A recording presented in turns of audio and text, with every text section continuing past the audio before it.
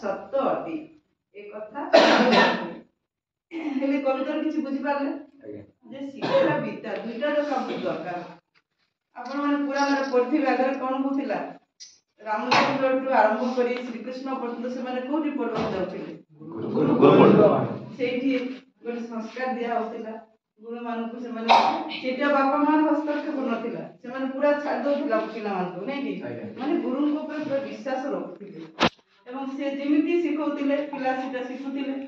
ଆଉ ଆଜିକାଲି କଣ ହଉଛି ପିଲାକୁ ଯଦି ଆମେ ଟିକେ ଗାଳି କରିବୁ ବାପା ମା ଧାଇ ଆସିଲା ଆମେ କାହିଁକି ପିଲାଟା ଗାଳି କରୁଛୁ ମାନେ ଶିକ୍ଷକ ଉପରେ ଆଉ ସମାଜର କଣ ବିଶ୍ୱାସ ନାହିଁ କି ନାହିଁ। ତେଣୁ ଆମେ ପ୍ରଥମେ ଯଦି ଆମର ସମାଜରେ ଯୋଉ ଲୋକ ଅଛନ୍ତି ସୃଷ୍ଟି କରିବା ଯେ ବାପା ମାଙ୍କୁ ଯଦି ଆମେ ଶିକ୍ଷା ଦେଇପାରିବା ତେବେ ଆମେ ପିଲାମାନଙ୍କୁ ଶିଖେଇ ପାରିବା।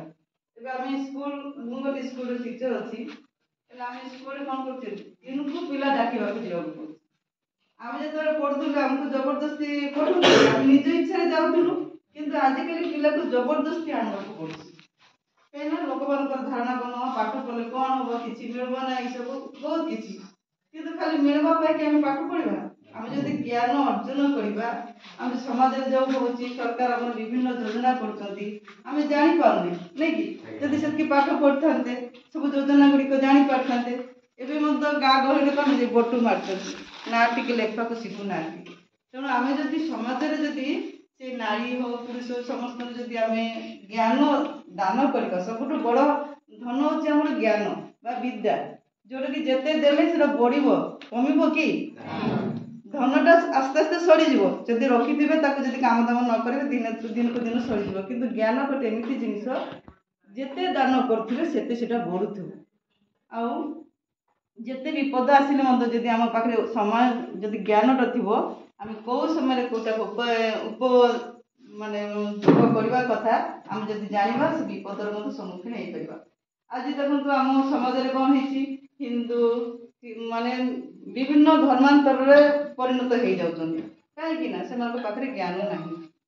ଏବେ ବିଶେଷ କରିକି ଦେଖିବେ ଆମର ସମାଜରେ ଯୋଉ ନିମ୍ନ ବର୍ଗର ଲୋକମାନେ ଅଛନ୍ତି ସେମାନେ ନା ଜ୍ଞାନ ଅର୍ଜନ କରିପାରୁଛନ୍ତି ବିଭିନ୍ନ କାରଣରୁ ସେମାନେ ଗୋଟେ ଦୁଇ ପଇସା ପାଇଁ କିଏ ଫୁଲି ଗୁତି ଯାଉଛନ୍ତି ବିଦ୍ୟାଳୟକୁ ଆସିଲେ କଣ ମିଳିବ ବୋଲି ଭାବୁଛନ୍ତି।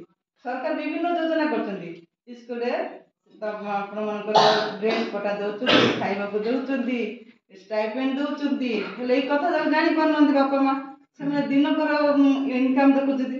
ଆରେ ଝିଅଟା କୁଲି ଗଲେ 150 ଟଙ୍କା ମିଳିବ ସ୍କୁଲରେ ତ ମାସକୁ ଥରେ ମିଳିବ ନା କି ବର୍ଷକୁ ଥରେ ମିଳିବ ସବୁଦିନ ମିଳିବ ନାହିଁ। ସେମାନଙ୍କର ଉଦ୍ଦେଶ୍ୟ ପୁଅ ଝିଅ ଜନ୍ମ କରୁଛନ୍ତି ଖାଲି ପଇସା କମେଇକି ଆଣିକି ଦେବେ କି ନାହିଁ। ହେଲେ ଏଇଟା କାହିଁକି ଆମ ଖାଲି ଜ୍ଞାନର ଅଭାବ ଯୋଗୁଁ। ଯଦି ଆମେ ସେ ଜ୍ଞାନଟା ଯଦି ବାଣ୍ଟି ପାରିବା ସମାଜରେ ତେବେ ହୁଏତ ଆମ ଦେଶର ଆହୁରି ଉନ୍ନତି ହେଇପାରିବ।